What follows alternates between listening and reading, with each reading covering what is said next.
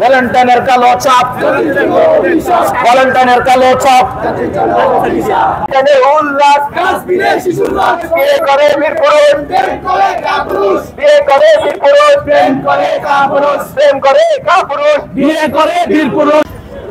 সত্যি বলতে ভাইরা, আমার আপনাদের গমন করার কোনো উদ্দেশ্য নয়। আমরা চাই আপনিও যেন ফিরে আসুন।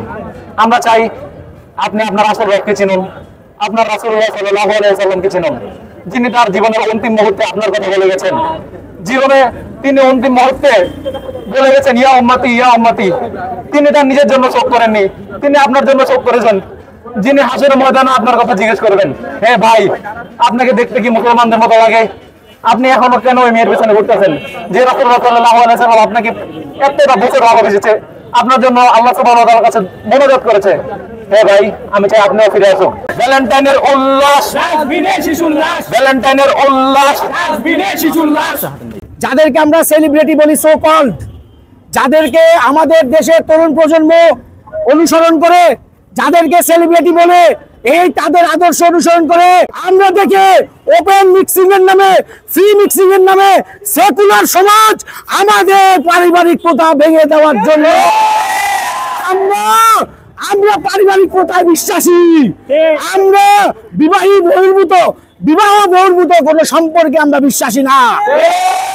এই তথাকথিত বেহায়া জিনা দিবস বাংলাদেশি সংস্কৃতির কোনো অংশ না।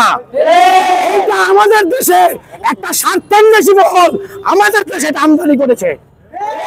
তাদের লক্ষ্য, তাদের উদ্দেশ্য পারিবারিক প্রথা ভেঙে দেওয়া, স্বামী স্ত্রীর সম্পর্ক ভেঙে দেওয়া। শালীনতা অশ্লীলতা এই দুইটার মধ্যে একত্রে থাকতে পারে না।